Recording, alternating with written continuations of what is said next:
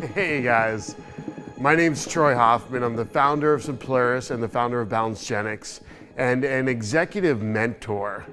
What we do every week here is we're creating these things called Fireside Chats. We basically transform this entire space into a studio every week. 4, 3.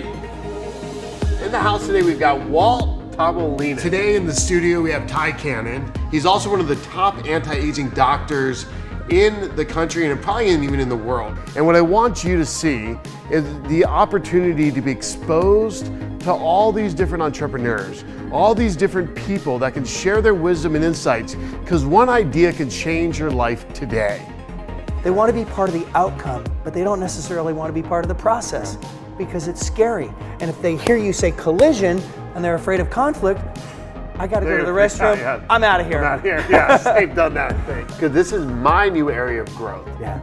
Like learning to collide well in love and address conflict. There's over 27 different hormones and hormone metabolites that exert a tremendous effect on your body, your mind, your performance, and whether you live or die. You can actually literally like apply something to that. Oh, absolutely.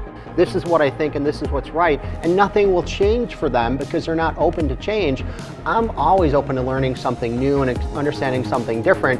One new concept, one new thing you can take back to your workplace, one new thing you can take back to your company, one new thing you can take back to your family to change the way you think and see and change everything about what you're doing and the actions you're going to take. So I think authenticity is the key, right? Being who you are, being true to who you are, and being consistent with that. I believe in consistency and persistence. We want to help you find, follow, and finish your course of destiny in everything that you're doing in your life right now.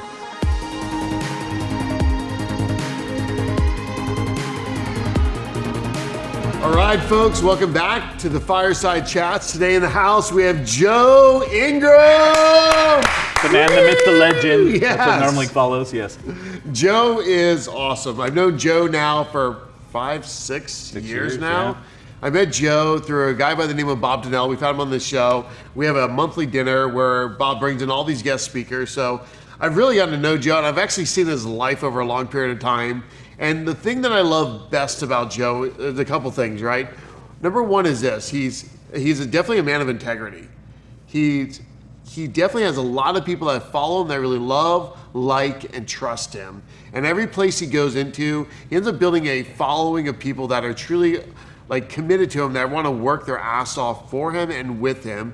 And then also, like, Joe's also probably one of the funnier people I've ever met, and consistently, but with a huge heart. And what Joe does is he actually has several different companies. One of the companies is a giant consulting company where they actually go into very large car dealerships and they turn things around, the culture around. They actually work with engaging the sales team, engaging the service department, and getting the whole company to integrate and actually work incredibly well together to increase the sales, increase the customer service, satisfaction scores, the whole 9 yards. So Joe, thank you for being here today. Absolutely, I appreciate you having me And I'd on. love to share, like, how in the world, Joe, did you become so dynamic in this world? Like, where did you start out at a young age, and like, what got you to this point that made you able to just walk into places and really impact the culture of a place, impact the workplace, really get so many people to like follow you and so many people to like be engaged with you and be like, yeah, Joe, we'll try this, no problem, let's go. Yep. You know? I'll tell you that just from what you know of me, and if anybody goes on Facebook and finds me, the funniest thing is I'm the shyest and quietest one in my family. Okay, so like when you get family gatherings, it is loud, it's obnoxious, it's overall, right? Started with my dad, my mom had to keep up with it. So just in the family, brothers, sisters, everybody, and my whole dad's side of the family, it was all about, can you keep up with the banter? Can you keep up with the banter? Can you go through? And luckily for me, a majority of my life was pre-internet. Yeah. Okay, so that you can't actually see all the Watch all crazy the stuff that we did. yeah. Nobody can come back and go, wow, look at what he did here. I mean, it's definitely, but again, I've always found that humor brings so much to the party and makes things so much easier to digest and understand. Yeah. And so there's times to be serious, but I choose to limit as many of those as there are that you could. And it's all about having a good time laughing. And you can switch it. Like, I watched Instantly. Joe like instantly go from super funny to super serious, and when he's serious, people are like, oh, and they zoom right in with Joe. I mean, they're like locked in. How do you do that? Like, if you could teach people how to be that engaging and also do that in the workplace where you're training people all the time, you're teaching all the time, like what? So a lot of time what you're dealing with is when you sit back, so we're gonna have a good time, we're gonna laugh, we'll do this, and then you stop, right? And it's time to be serious. And when it's time to be serious, the eyes tell you everything that's what's going on. And people know, because all of a sudden when I stop and I look at you and I go, let's talk about business. Let's talk about this. So a dear friend of mine, Bill Janishek, if you get the two of us together, right? So like at Bob's dinner, you talked about, we're not allowed to sit near each other or directly across from one another. Dr. Bill Janishek, one of the most genius level chiropractors in Orange County, California. The guy's an amazing clinic, super intelligent guy. It's incredible. Absolutely. And he's brilliant, but also witty, sarcastic. Correct. And the two of us can go like way low in the conversation that you don't want to talk about. But we laugh, we have a good time, and we're very going forward. But then I know that so many times if there was a fly on the wall listening to the conversation, when we sit down and we start talking about business and what's the next step and how to go forward and stuff, because like we meet weekly separate from that. So it'll be Bob and Bill and I will meet for lunch, right? I crash their lunch kind of deal. But we sit down and talk about what is the next step in business? What can I do next to make my business grow further? So you do this every week? Every week.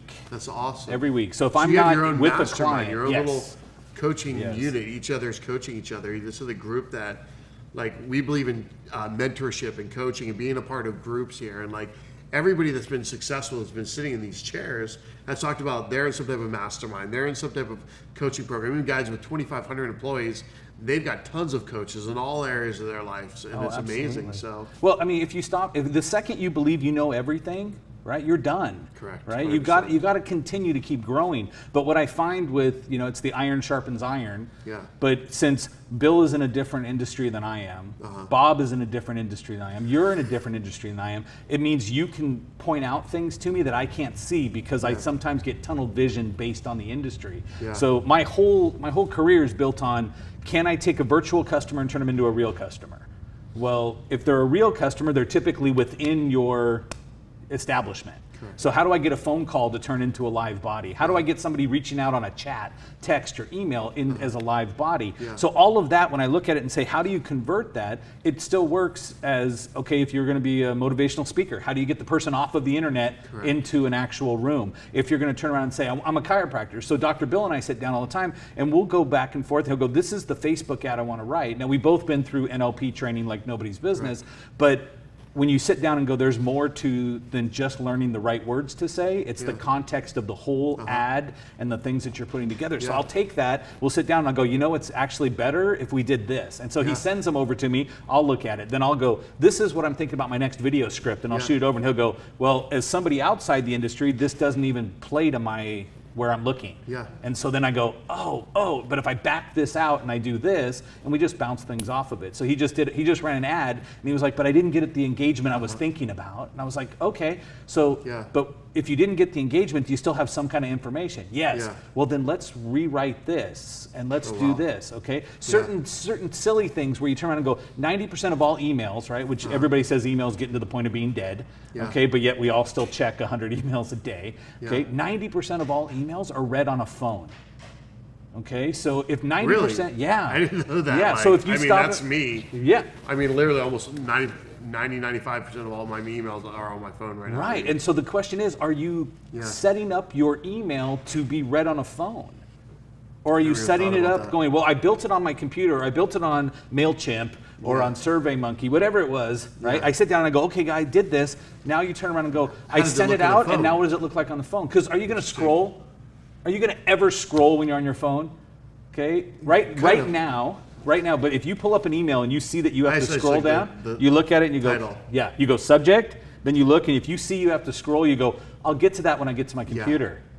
Right? And this is business today. Correct. This is what we're looking for. Correct. Right? And it's like, okay, well then, did you do it? So when I go into like a car dealership, I sit down, the first thing I do is I go through their templates and go, take out all the images. The person is corresponding with you. Do they need to have the big header bar that shows the name of your company on there? Right? What if I turn around and I go, okay, most cell companies have unlimited data, but I'm still one of those people where if I click on something because there's an attachment that's down there and I click on it and I have to wait for it to load up. I'm not going to watch it. Right. I'm not going to wait for it. But it may just be your signature image. Correct. I'm so ticked.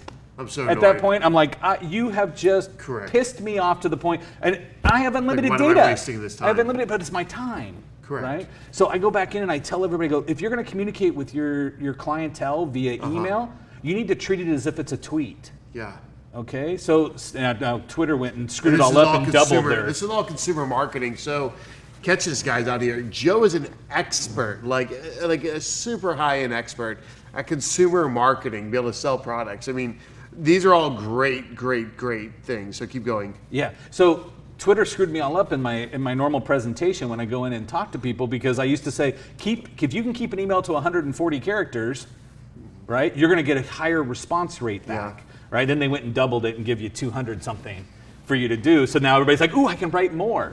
Okay, doesn't help. but it's not going to help Helps you because add more of a you story, but not really. Right, but doesn't an email is increase not a place to do engagement. that. No. Engagement is, stop and ask yourself, have you ever sent on an email, have you ever sent a template email to a friend? No, never. No. And have you ever sent it knowing that you're going to get engagement back? Right now, you're looking at a 12% open rate on emails, right? If you're doing everything right, if you're coming up with the catchy title, okay? You want the best title ever to use, put "I quit" in the subject line. Yeah. Right? You send that one, everybody's looking for misery, right? They're like, "Oh, somebody quit. Let me go see who it is that quit," right? You get a super engagement on that email. You just hope you can write the next line that says, "That's what I heard from most of the clients that didn't go with us," right? You know, and then come back in. But you have to be able to catch their attention. So you're a master at copywriting. Yeah, well, I played this game a lot. And Did you read like the 80-20 principle? I've read so much my head hurts. Really? But again, the thing is that there's copywriting classes to take, and I'm one of these guys. I'm always in some kind of course. So you did Michael Stevenson's I did last Michael copywriting course? And I so wish I could I think read that one. everything that Michael Stevenson has put out, I think I've done. Dude, he's amazing. It He's is a absolute. Jedi master The teacher. brain on that man is It's insane. amazing. He's amazing. super intelligent. And so I've learned so much, and then you bounce off. I got Bob to go to as well, and then you go look at everybody else that's out there. I mean, you can go online, find anything you want to find, but what I always find is that if you can't connect with the person that you're dealing with, like so for me, if I hated Michael, I couldn't hear his message. Oh, I love Michael. Right? And so loving Michael means it's easier to digest the message. I can sit and listen to him all day long about when Absolutely. he's teaching real content, like real deep content, like specifically. I love it. Right, and he's giving of himself to you, right? And that's the same principle I use when it comes to how do you create culture in your company. Yeah. Okay, so I'll go in, most recently when I went into a Nissan dealership in Orange County, I went into this store, it was broken. I mean, broken, and it was, we're gonna keep all the staff and I'm gonna come in. So now the staff that was there with the previous person has now got me to answer to. So it's like mutiny, right? I just walk in and I commandeered the pirate ship. So you walked into a brand new dealership with the same staff that was there previously, and now you're the new GM just having to come in and run it. So I'm going to come in and run this for the owner. So the owner buys it and says, come in. So then I walk into this store and I'm like, okay, now everybody around me is like, you're the new guy, you're the whatever. So I have to immediately win them over and then set the dream on where it's going to go and what we're going to do, okay, and take a dealership that is completely underperforming and turn it around. And so catch this, guys. Watch this, right? What Joe just said here is brilliant. He had to like catch their attention first, but set the dream and say, here's where we are going. Absolutely. Number one, everybody that comes in here to talk about anything is like, there's always this thing of like setting this dream of where we are going to not only move yourself, but catch this, an entire organization of people. People will immediately go into chaos. They'll immediately go into crisis mode if they do not know where they are going. So you as a leader, it could be a mother or father of a family, a leader of a little small organization, you're a manager somewhere, you're running your own company, running your own business, running your own network marketing business, whatever it is, you as a leader need to set the destination of where the team is going and where this vision is going. So keep going, Joe. So one of the things too, like you just changed dream to destination. And I love that because most people are afraid to dream kind of deal. And when we hear that, we go, oh, it's hokey. It's woohoo. It's like, you don't bring dream into business, right? But you have to, again, without the vision, right? Without the vision, we perish. So it's like, okay, how do I get myself to know where I'm going to go next? And they all know, because anytime there's a change in leadership, anywhere, the answer is everybody then feels insecure, right? The ground is moving underneath them. It's an earthquake. That's California. We know that. Okay, so it's shaking. I felt it. Okay, but it's not. So everybody gets uneasy and doesn't know what's coming up next, and everybody's afraid to get fired. Everybody's afraid you don't understand the value they bring. Okay, so first thing I do is go talk to every person. So I go into each department and I talk to everybody and explain who I am, and then ask them who they are. What is it that I need to know about you? Here's my frame of the world. Here's what I believe. What's your frame of the world? What do you believe? What are the facts about what's going on right now? And sometimes the best thing you can do for somebody is fire them.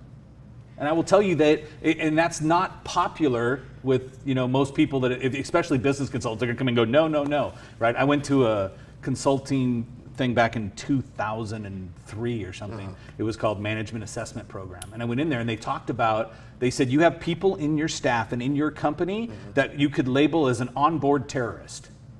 So this is person that's going to cause the cancer from inside the company. So when you say, this is where we're going, this is the direction, it's the person who contradicts you and starts that little click outside that says that he's an idiot, he doesn't know what he's doing, he doesn't do whatever. But the biggest thing isn't to walk in and blow them out right off the bat. The answer is, can I save this person? Can I win them over to where I'm going? If I can't and they don't respond quickly, then I need to get you out of the organization because I need a culture that everybody works together with. And in an automotive space, there is the sales side and the service side. And in most businesses, we sell a product and then there's somebody left to implement it. Okay, so in sales and service, it's that kind of thing. Sales turns around and goes, oh, we can do everything for you, blah, blah, blah, blah, blah, blah, because they just want the high of making the sale. And then service is left with dealing it. No, we can't put ejector seats in your car. I don't know what he was telling you in the sales department. But when everybody's on the same page and everybody is there together, then I know if I value you, you got the ejector seats. Yes, I know. All I can imagine in my mind right now is some sales guy going, we can put ejector seats. Yes. And the guy's like, yeah, really? Oh, yeah, really? Yeah, and they're like, oh yeah, really? Yeah, oh yeah, just buy the car. We'll figure it out afterwards. Right, bad date, solution. Has anybody actually ever done that? Yeah. We've gone on to a lot of different things. So one of the horror stories was person comes in and says, I was told that I need to buy a 6-cylinder. I need to buy a 6-cylinder vehicle. That's what I need to be told. And the salesperson sold them a 4-cylinder and told them they would order the other 2 and have them installed later. So the person came into the parts department asking when her cylinders were going to come in, kind of deal. And it was like, what? And they're like, oh yeah, because I had to have a 6-cylinder and the car you guys had was a 4-cylinder. Okay, and then you have to go decompose that pain level. Nothing about cars. Yeah, you just can't install 2 additional cylinders. 2 cylinders are supposed to be inside the engine block when you build it. Yeah, it doesn't work that way. So that's funny. Yeah, but again, the answer was why? Because I want to make a sale. And so, like you said earlier, the integrity part. I want a customer that's happy, and I want a customer that came out of the fact when you, as a business owner or as somebody in charge of a business, when you decide to take care of a customer and it's outside of your normal process, that is what brings the rest of the staff around. When you decide to go out of the way to make sure somebody is happy. Then all of a sudden they realize that's okay. But in every situation, so every store I go into, every dealership I go into, every company I go into, I sit down and I explain to them and I say, look, I'm going to teach you how I think. And the reason why I'm going to teach you how I think, so if somebody comes and goes, here's the problem, and they drop it on your desk, right? You deal with this as well. Hey, this is the problem. I don't ever just look down and go, okay, go execute this. I sit down and I stop and I go, okay, let's talk about what caused us to get to this point, where the breakdown is, how do we prevent it from going further, but this is how I'm looking at this. So I'm looking at the person said this. I've got somebody who's misrepresenting something to the client to try to get him out the door, to try to make a commission, hit a bonus. Okay, let's stop and say, how do I make the customer feel whole again? Do I take the deal and unwind it and put it back in for that cylinder person, right, and come back? Or do I explain the differences of the 4-cylinder, 6-cylinder, the advantages and why that they don't need a 6-cylinder because a 4-cylinder now acts like a 6-cylinder of 12 years ago, kind of things. And so I sit down, but I'll explain it to who's sitting with me because why? I can never leave if I don't. No. And you're constantly going into organizations. Absolutely. Changing the whole culture of these places, literally getting them to perform 20, 30, 40% better, 50% better. I'm not even sure on all the numbers, only some of the stories I've heard. and then be able to step away and put someone else in place and walk away, and they still keep functioning well. Yeah. This is leadership at the highest level, casting the vision, training people on the way we learn to think. Because Joe catches us. Joe's like, I go to all of Michael Stevenson's. I've read hundreds of books. Joe's constantly going to courses. Every single week, he's meeting his own little mastermind to figure out, okay, what do I need to learn? How am I going to apply this? How am I going to architect some of these things every single week? These are talking, and Joe's not 20 years old anymore. Joe's a little bit over, he's a little bit older than me. I'm not gonna say how old Joe is, but he's been doing this for decades of living at this level, pouring into his mind, showing up to learning events, constantly watching and educating himself, reading the books, and now he's able to dissect all this and then pour it into the teams he takes over where they can go and run on their own. So keep going, Joe. So one of the things too, you said the decades, right? So I haven't got into the fives yet with my age, but when I was 19 years old, I got recruited into Amway. I was just telling that in another episode. I was just talking about that changed my life forever. Absolutely. I was a punk surfer kid. I was a lifeguard, hanging on the beach, and then I got into Amway and changed everything. Books, Yes. tapes, and functions. Absolutely. Being exposed to the vision of possibly what my life could look like. It was amazing. So keep going. So no, that's exactly what happened. So at 19, now I will tell you that I was not in any way the let's go surf, let's go do anything. I've always been the more grounded. My parents call me the old soul, right, is where it goes. I had some rather stupid times of my life, yes, where I went crazy. But at 19, I had already bought a condominium. Okay, Wow. so it was like, okay, I understand we got to have this, right? But I get recruited by a neighbor at that point in time, and that started me down this road of, wow, there is something called sales. Correct. Right? There is something else out there about people and understanding them. And so at 19, books, tapes, and functions, 100%. right? That's what they kept saying. So it was like, okay, fine. And I will tell you that I couldn't get through a book without falling asleep.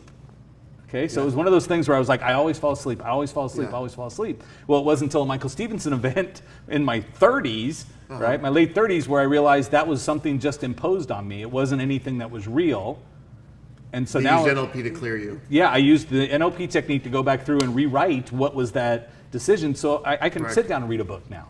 And so it definitely hurt. Yeah. It definitely helped me. Audible has been the best thing ever. Oh, I love Audible. for me. I go through books like crazy on Audible. Like, It is always spinning and amazing. always there. I'm reading And The so- Creature from Jekyll Island. It's an incredible book about the International Monetary Fund, the World Bank, how the Federal Reserve was created. This book is intense, but I would never probably in the past just sit there in a chair and sit quietly, at least at this point in my life, and just read this whole thing at this point without Audible. Literally, Success University in my car all day long, everywhere I'm going. Be able to devour volumes of books every year because of it. So keep going. No, that's absolutely true. So, and then what I love the most is when somebody gives out a book on PDF format.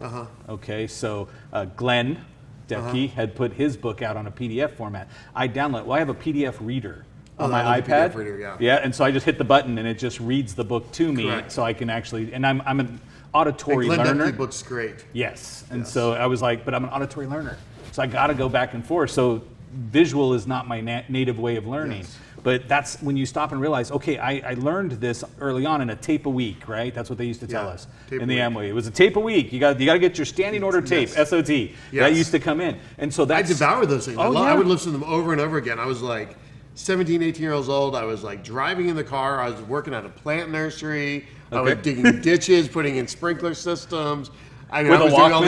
these With a Sony Walkman on your big side? fat Yes. Sony Yes. Like I was still lifeguarding in the summertime. I had a big boom box back there with a tape player and all the Yes. batteries on the side. Like, 10 and I would listen to 10V these batteries, tapes yes. over and over and over again. Yep. I'm not going to the top. I'm going over the top. The old Zig Ziglar yes, stuff. Like, I loved it. absolutely.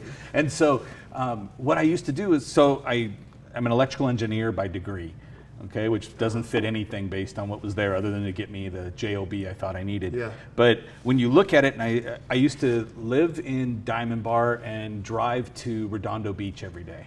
That's Okay. a heck of a So drive. that and the 91 freeway sucks. I never understood the little bumper stickers until I was on it every day. Yeah. I was like, you're right. And then I learned when I went to work at a law firm, I was like, oops, the 10 freeway's even worse trying to get to Santa Monica. So, but when I was there, it was an hour drive to work every day. Yeah. So that would kill my tape. So I would kill the tape once on the way there, once on the way back, and I would listen to it every Oh, day. these become ingrained. And so it was all just You're about the repetition, reprogramming yourself right? like You crazy. have to. You have Yeah. to. There's so much junk that has gone into our heads throughout our life.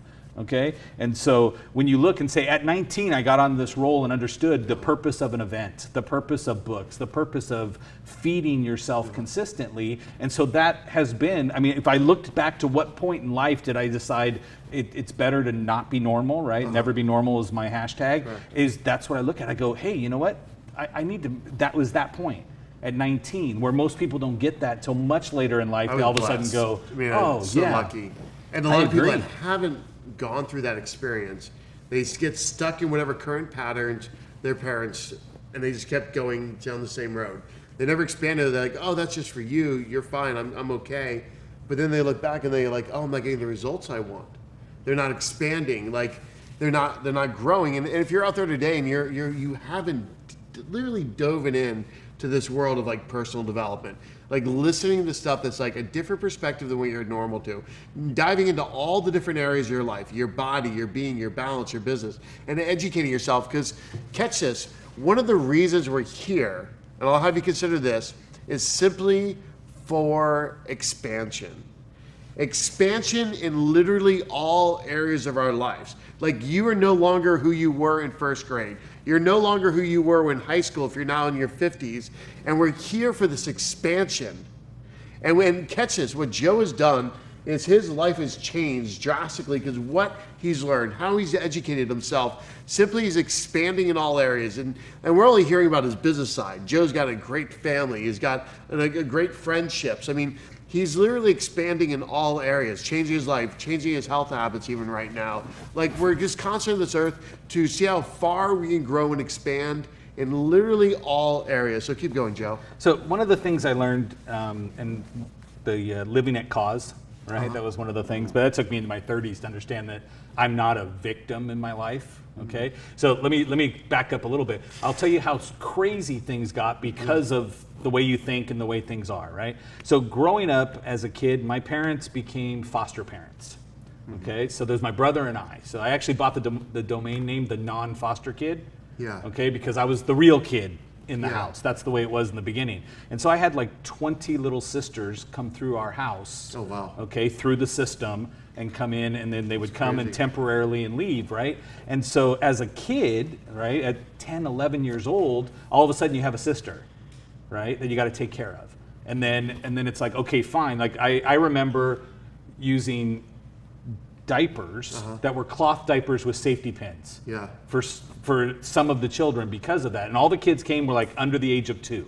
Wow. Okay, and so 20 of them coming through the house. crazy. It was crazy, but I will tell you that I learned what crappy people are out there, right? 100%. I mean, when you stop and realize that these kids are now coming into the house and these kids are there for a reason, You've been abandoned. right? Well, Left some of behind. them have been abused, right? Yeah. My first foster sister that came into the house was 8 months old. She had 7 broken ribs, her arm in a cast, 2 broken blood vessels from being beaten. Okay? So understand at a 10-year-old level, you stop and go, okay, fine, now I'm dealing with this child, right? And you're like, okay, this is now your sister. This is your sister. Yeah. Okay, this is now my sister. How do we deal with this? But you stop and look and go, okay, so now this is what I'm dealing with is this child that's here. This kid had nightmares every night because at 8 months old, she thought she was going to be beaten every night. And then to sit back and understand that at that point in time, my mom would get up, she'd go into the room, take her out of the crib, and walk her through each bedroom and show everybody. So we're asleep at night, my brother and I, okay? And then the lights turn on, and my mom's standing there going, well, there's Joey, okay? He's sleeping, that's his room. Light goes off, goes to the next bedroom. Here's the next bedroom, next bedroom. All the way around the house, then downstairs to where the dog was. Yeah. All right, it's important to have a dog. Okay, and the dog would sit down. The dog knew it was like, hey, the lights come on, come sit by the door. Yeah. Because, and now, mind you, the child is crying hysterically this whole Yeah. time. Then my mom would go back upstairs, hand her to my dad. And then my dad would take her and come in, light comes on. Here's Joey's room. Here's Mickey's room. Yeah. Okay, here's this, and go all the way down. And then it was my turn. Yeah. Okay, so then it was like, okay, fine, hand off to me. And I come over, here's mom's room, here's dad's room. Look, okay, here's Yeah. Mickey's room. Go all the way down, here's the thing. Come back up, hand off to mom. And this became a ritual, night after night, day after day, week after week, that this would happen. With that baby. With that baby. Okay, so as she was growing up, so a couple months down the line. Why'd they do that, Joe? Huh? Like, what was the purpose? Like, I'm The just curious. purpose was to reestablish she wasn't where she thought she was. Got it. Okay, because the point was what? She was thinking, I'm still in They that were household. reprogramming her at that point. And so that the whole point was that, and I didn't know we were reprogramming. I was a kid going, okay, I Yeah. got to pick up my hysterical sister and carry her up and down the stairs and show Yeah. her the stuff. And so, but it taught me to really hate people, right? Because these people the put these kids in this crappy house. stuff. So at that, all of a sudden, right? So then all of a sudden the mom gets visitation rights. So then the mom comes and visits, right? So we go 3 weeks with not one single nightmare. Everything's great. Mom comes to visit, boom, nightmares for the next week. Okay, so it was like, okay, great. But as a kid, you got to wake up in the middle of the night, carry your sister around, Yeah. do all this stuff. So it taught me, for one, the real biting sarcasm comes from like genuine anger against people. Yeah. Okay, and that took years for me to get rid of later. Yeah. But comedy and humor was always how you dealt with it. Wow. Okay, and so going through that, but 20 little sisters, all from different experiences, What an amazing going experience, man. through, right, taught me so much Yeah. that, and then later I had to deprogram myself from what was there. But what bit me in the ass the hardest Yeah. was that when I went to go work at a law firm. So I left engineering after 10 years, right? I was running 2 manufacturing divisions at the age of 22. Okay, had a team of people, and I ran it for years. When I got to like 29 years old, after I was ready to leave, and I was like, okay, I'm out. I got interviewed for a law firm. I went through 7 interviews, and they were like, we want you. You need to come here, run our sales division. I know you haven't done it yet, but let's run the sales division. I was like, okay, great.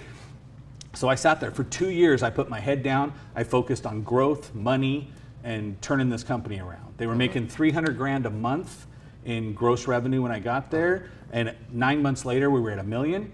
Wow. Okay, we were at $1.5 million, like 13 months later. Yeah. So we were like, it was just on the roll, and all I was focused on was, hey, let's get the money. Well, it was a criminal defense law firm. Wow. Okay, and when I sat with the owner, the attorney, the first time, when we sat down and talked, he looked at me and he said, the better we do, the more upset the public is with us. And I was like, I looked at him and I said, this is my words to him, I'm morally and ethically challenged, show me the money. That was my answer across the table. Wow. And that's where I believed myself to be at that time. That's And I was just interesting. like, that's who I am, Yeah. let's show me the money. And so, and I owe him a lot of gratitude in what he taught me Yeah. that was there, because he's the first one that taught me commission. Yeah. He said, hey, I'll guarantee you your salary, but I'm going to show you what you would make if it was commission. Okay, at the end of that first month, I said, I am never going back to a salary position, right? I want to get paid off of my effort, because when I worked engineering for the aerospace company, right, when we sat down and looked at this, I had a guy who had been there 25 years. Yeah. Right, and he was doing the same job, working for me, but made the same money because of the time he was there. Okay, that he was in the company, and there's value to it, but his job level and skill set wasn't that of managing 2 divisions. Correct. Right, and so it always burned me that somebody could come in and make the same amount of money without the same amount of responsibility. Correct. That was always frustrating. So when I got there, I was like, yes. And then one night, it was 2 years into it, I get a call. We had pagers back then. I had one of the first pagers that you can actually reply to a text with a text, Yes. right? The rim ones from BlackBerry bought rim. Yes. But it was like, oh, yeah, so I had that. But I get a text at 10 o'clock at night. I'm sitting with like 3 of my guys, and we're just shut down at 10 o'clock. And I said, okay, fine. And we get a text from somebody who's in jail looking for their attorney. Yeah. Right? And I took them, when they first started, they were in 3 states. We were in 9 states now. Yeah. So we're across the United States with this program. And so I sit there, I'm like, oh, well, let me go. So I text the attorney to say, okay, is the attorney on the East Coast going to actually answer this guy's call from jail? Yeah. And it was like, and I'm like, probably not. So while I'm waiting for the attorney, I have the guy on hold. I get up and I walk in and I pull his case file. And I sit down and I'm reading his case file. And I'm sitting there, mind you, I'm a grown-ass man, and I just start crying. And I'm crying reading why this guy is in jail. And I realized that I had went from my parents and I protecting these kids to now working for a company that defended the people that put them in our house. Wow. Joe. Right? And that was just, I mean, it was such So a what wake happened up at call that at that moment? point. At that moment, I looked at my team that was standing there, the guys that were still there, and I looked at them, I said, I'm done. I said, I've taught you Can't do this everything I anymore. do. I've taught you everything I do, you can keep running it. And they were like, yeah, but we don't want to, but what are you talking about? Why are you upset? And I closed the case file, put it away, and I called the owner, right? But at this point, it's 11 o'clock. And I called him and I said, hey, I just want to let you know, I can't do this anymore. I just realized who I am and what I'm representing as it goes through. And I never forget it. He looked and he said, you lasted so much longer than I thought you would. And I said, what? He goes, you're not cut out for this, and I know that. And he goes, but I appreciate everything you've done for us up to this point. And I said, you know I can't come back. And he goes, nope. He goes, we'll just send you a check. Grab everything you want to grab. It's all good with it. Yeah. And I said, the team can run itself. We're good. Yeah. And I left. Wow. And that was one of the biggest wake-up calls to me, because I'm not that person who jumps out of a job and just But the realization. My of, like, bride, what my your bride is values the are. one that jumps off a cliff and grows wings on the way down. Yeah. I'm not that person. I'm building it, testing it, and then jumping off. But I had no choice at that time. It was such a shaker to the core that I Realize had where to. your values are. Right. And then I realized the Yeah. moral and ethically challenged was not me. It Yeah. wasn't me. It was just something I put on because that made me feel better about not making right decisions. Correct. And things like that. So then I said, nope, I can't do that. And Wow, that's Joe. when I jumped out. But to see where I grew up, and then to see that I was so against what had happened that I ended up in the spot, the opposite, 180 degrees out So of how did scope. that whole thing, like you had this amazing experience when you were younger, you had this kind of weird, crazy ass experience that totally challenged all those values and boundaries that you kind of thought you believed in. Then what happened after this split? So at that Like, point in time, I went up 2 socially acceptable spots on a ladder, right, where lawyers sit, because I worked at a law firm. I wasn't a lawyer, but every time you said law firm, they went, lawyer, they went, and their lip came up, Yeah. right? And so I went into car sales. Right? They're like, oh, car sales only goes up a little bit. And they said, they're like, oh, you're in auto. Oh, okay. So people think the worst. Yes. People think the worst of car sales. Absolutely. people, And you know like, what? They earned it. Yeah. They earned that reputation Back 20, back in 30 the years. 70s, right? Yeah. Everything is so regulated now, they can't do what everybody thinks they can do. Yeah. And so I it's don't all think there's there. even price haggling in some of these places anymore. Not anymore. Like we walked in one place, they're like, sorry, we don't even haggle here. You buy it or don't. Absolutely. I was like, really? Yeah. I don't buy cars that often. Like I No. run them to the ground every 5-7 years, and Right. that's it. Well, the last one when you were looking for one, you're like, where can I go? Yeah, I'm like, you- let me call and let yeah, me you find called me. somebody You're ahead like, of I it. got two great deals. Yeah. And I was like, Like, let me find somebody that I know Yeah. is worthy of it. it was somebody crazy. I a got 2 referral. amazing deals. Right, and that's the point. Is that do you have a friend in the business? Well, Yeah. yeah, you do. But there's a lot of people that are out there that can do something right, Yeah. and that's what we're trying to get is find the ones that do things right. Yeah. And so because of that whole shakeup in my life and what was there, I realized that my brain was really messed up. Right, I had put a whole bunch of really positive stuff in, and I think part of the fact. So understand, having the great experience of we took care of these kids, right? Yeah. But I only have 2 sisters that I adopted, that my parents adopted. Yeah. Okay, so 18 have gone someplace else. Wow. Okay, but I will tell you what broke me the first time was that first little girl, Holly was her name, Yeah. right? She came to us and she was with us for 2 years. So for 2 years I had this little sister, right, and watched her grow up. So she came to us at 8 months, so she left at almost 3. Yeah. Right, and so at that point in time, I just lost my sister because the state had given her back to her mom to go there. So I'm sitting there going, okay, great. Now you just ripped apart the family. Yeah. Right, and all these other kids came in. Every one of them was like a quick turnaround. They were there for a couple months just till they found somebody to adopt them or to be placed permanently. And so it really ripped apart me. Yeah. Was that now my sister is now gone and all that stuff. And it took a lot of cleansing and Michael Stevenson stuff to get me through, right? The NLP programming of myself to get past all that junk that was in my head. So it was not, while it was a great thing and I can look back and go, it was so great we did this, it's still, there was a lot of feelings of me not being worthy, me not understanding, right? And it turned out that my mom said, I have my boys, I only want girls. Well, my brain took that as a negative, that she didn't want the boys, she only wanted girls. Then to find out later, like probably 3 years down the road, so this is when I'm 10, so when I'm 19 or 20 in my condo, I find out while I'm cooking dinner one day, my dad calls me and goes, hey, you want to sit down? I said, really, there's nothing you could say that would require me to sit down. And he's like, okay, whatever.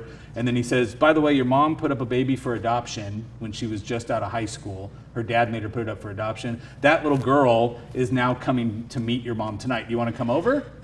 Right? And so I'm the oldest of all these kids in the house. And I go, that explains so much. Yeah. And he goes, what? I go, the way you treated me, I'm a middle child.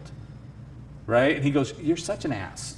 Right? And I started laughing. I'm like, Marsha is all that went through my head. And he's like, what, that's what you came up with? Yes. And I'm like, yes, that's what I came up with, an excuse for that. And so then I said, I'll be there, hung up the phone, went and met my half-sister kind of deal. But then it turned around. It still was years later for me to turn around and realize that that's why she wanted just girls.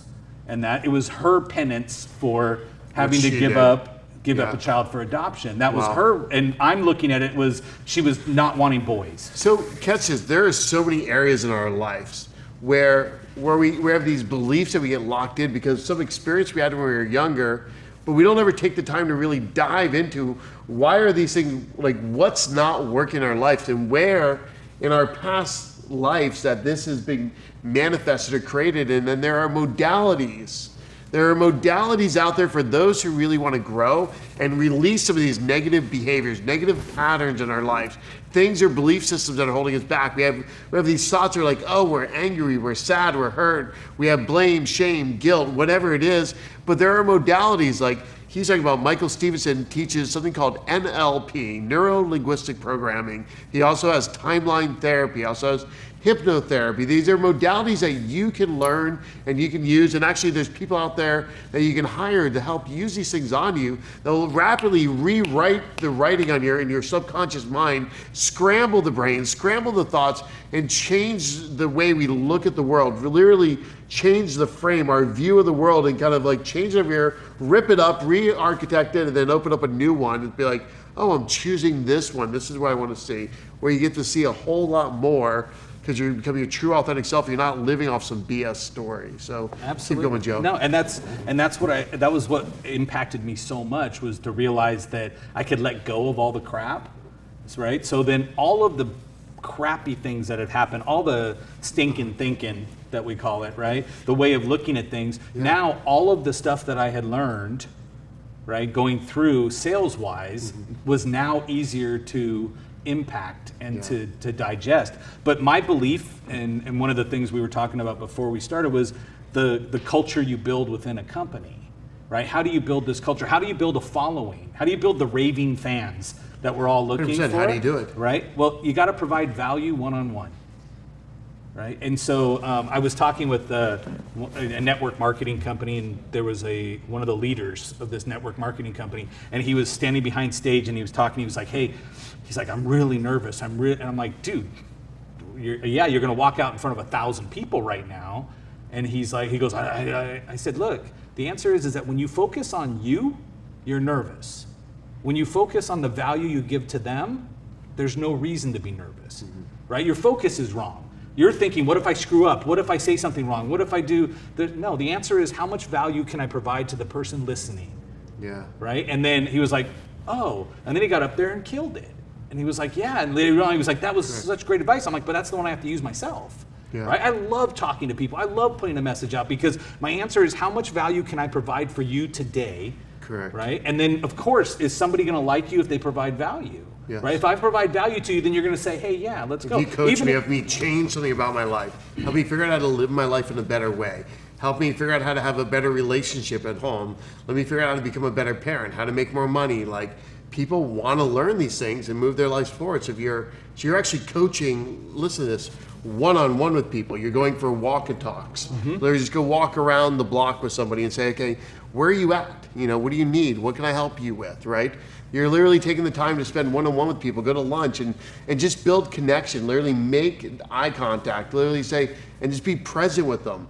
Like, watch this. When I'm with these people on the show, I'm making eye contact. I'm just holding space. I'm creating presence so they can open up and share out of their hearts, out of their minds, so we're getting the real truth of who these people are, because we're creating space and just connecting with them, saying, where are you at? What's going on? Please tell me your story. And we're just holding space. And then when you coach people and pour into them and say, hey, let me help you, right? And you just keep asking.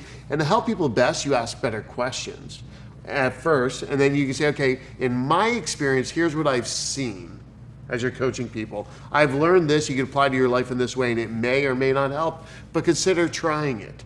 So keep going, Joe. So one of the things I also got when I was in the Amway when I was 19 or something was personality profiling with the DISC profile. Love it. Okay, and so to me it's We the use that here. easiest. It's the easiest way to explain personalities that are out there. Yeah. So to me it's always been that's something to go to. So I can teach people what's there. But there are certain people. So in the fact that if I'm going to sit with you and you're going to say, hey, I need help with this. A lot of times my whole goal is just to get you to laugh at the situation so you can let go of it. Yeah. Okay, so we release a little bit of what's there and then stop and go, okay, now I've opened up a little bit of space, because sometimes the pain is so great of your situation you're in that you can't get past the pain. And no matter what I say, you go, I know. Yeah, I've tried that. Well, you haven't, okay, because we've already gone over this. And so then I sit back with you and I go, okay, let's stop. Okay, so this is really a waste of time then, isn't it? And then they stop and they'll laugh and they'll go, oh, yeah, I guess so. And I'm like, okay, so now they've admitted that, we can go set it aside. Now I can actually help. Yeah. Okay, but there's certain people based on their personality that I have to tell the exact opposite of what I want. Yeah. Okay, so if I look at you and I go, okay, if you're one of those people that goes, I can do it my way and that's all that's going to be there, and I'm like, well, then the first thing you do is walk up, call every one of your customers and tell them you hate them. Tell them you don't need them, you don't need this and that. And they're going to stop and look and go, no, I should be calling them and telling them I appreciate them and I do this and that. I'm like, well, if you think that'll work.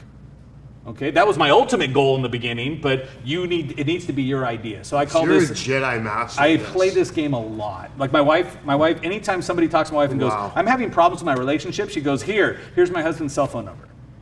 And I'm like, what do you, I don't even know these people. She's like, you can fix anything. And I'm like, okay, I'm going to spend a lot of time and a lot of drama to do that, but let me see who they are. So if someone was going to learn just this skill set, Joe, like this is your, I think we've nailed it. Like I was trying to think like, okay, where is Joe? I mean, you're so elite at so many things. I'm like, okay, this one thing is your ability to connect or guide people or work around their problems and get them to move somewhere specifically. So Joe's masterful at this. So how would someone go about this process and like to learn this, to apply it to their lives? I mean, what do? Do you study DISC? Do you start trying to practice it? I mean, like, how do you develop this amazing skill set that you have? Well, again, time's the best teacher, right? So the more time you have to learn something, you can. But I'll tell you that if you look at the two things that make the biggest impact with me is personality training to understand the person that's there, and then the NLP training to understand the words you use, and more importantly, the words they're using.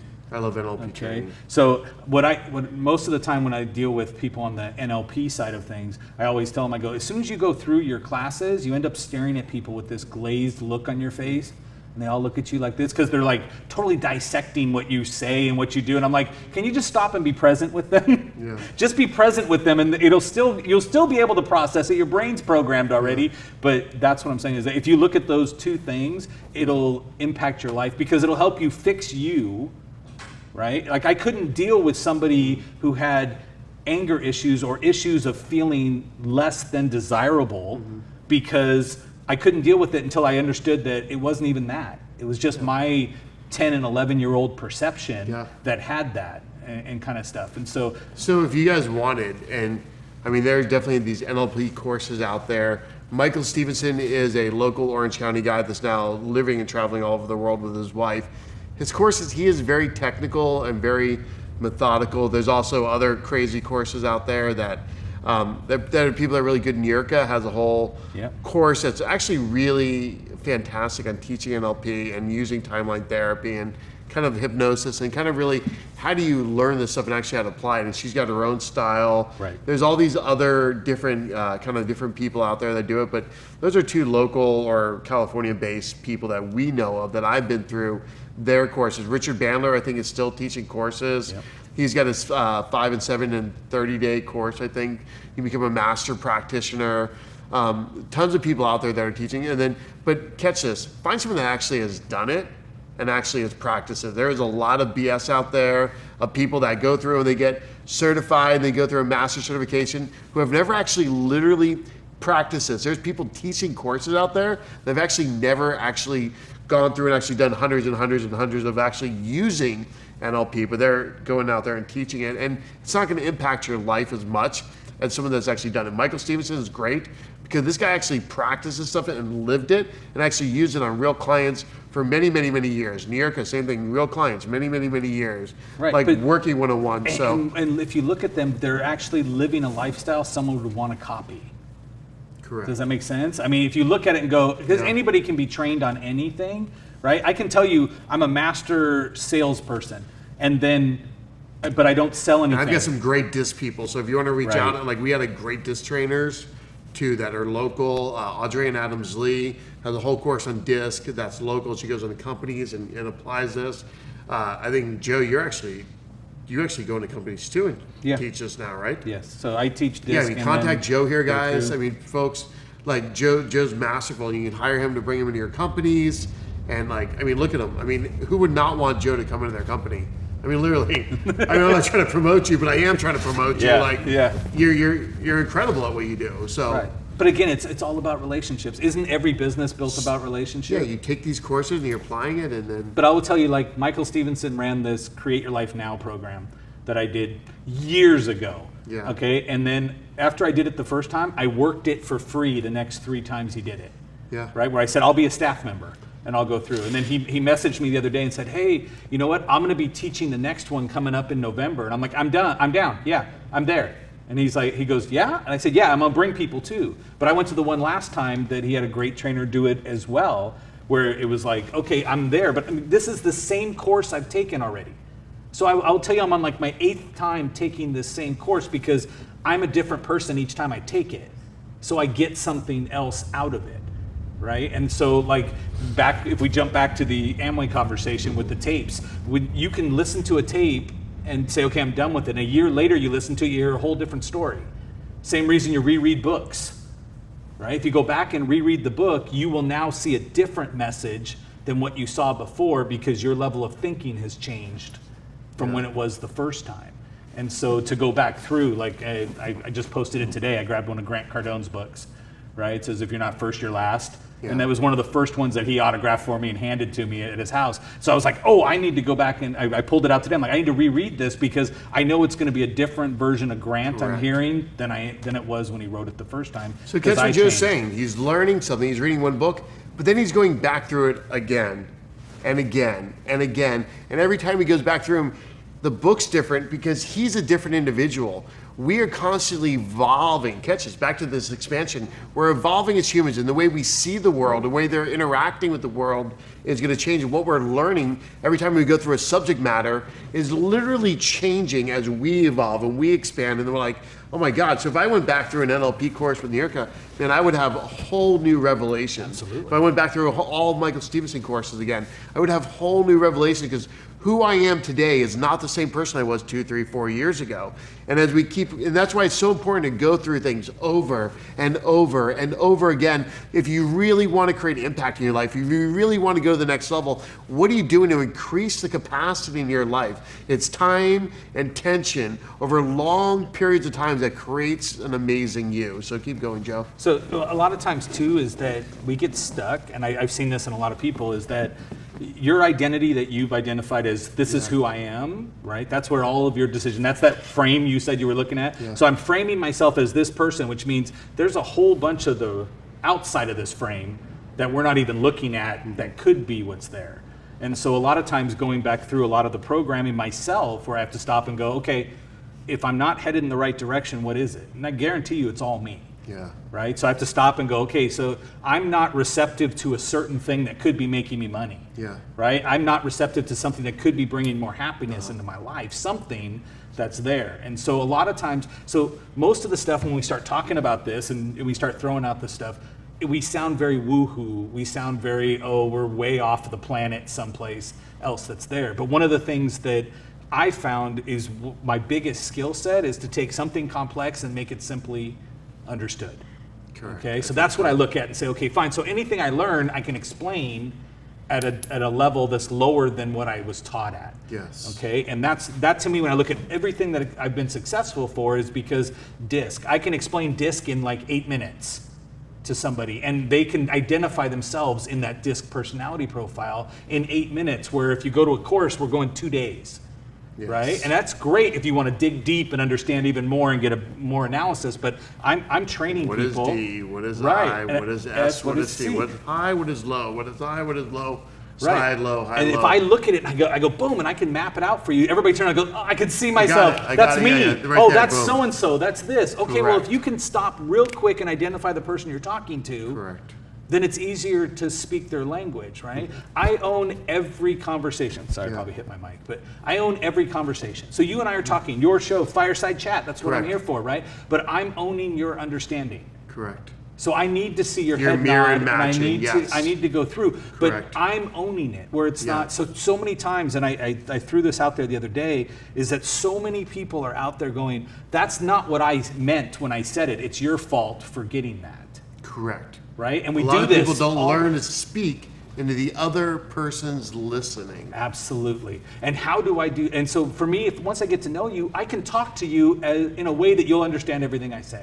How many people out there are not having people receive your message, or you're getting in fights and be like, I didn't mean that with their significant other, boyfriend, girlfriend, husband, wife, where you're like battling and you're like, I didn't mean that, and then they're reacting to you. So one is your responsibility is how are you speaking into their listening, or your staff, or your co-workers, or your boss, or whoever's in your life that's bouncing off of you. You're colliding, you're not connecting.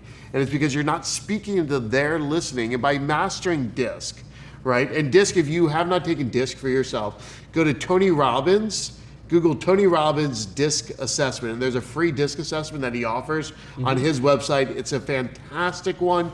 You literally go there, get it, and then spend the time. Like, don't just order and then flip through it. Oh, I got it, boom. No, literally take the time, read it once all the way through. Then go and highlight the words that jump out for you for yourself. So first you understand you, and then you say, then go back through and pick a second person, someone that you're like, oh, I want to see how it matches up for that, and be like, oh, that's really this person. And it's usually a girlfriend, boyfriend, husband, wife that we want to get our relationships to work first. Yeah, try to And make that's the house usually why- pleasant. Yes, yeah, exactly. before work, you know. So, Joe, I think we should wrap up. Absolutely. So let people go. So if you want to say some words before we go. So for the DISC profile, Positive Personality Profiles is the name of the book.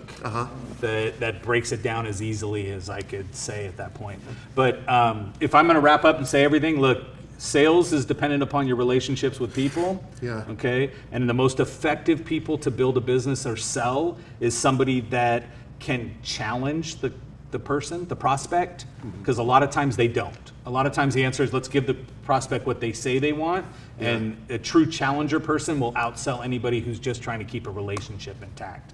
And so that whole thing has to work with relationship selling's great, but it'll be about half of what a challenger can sell.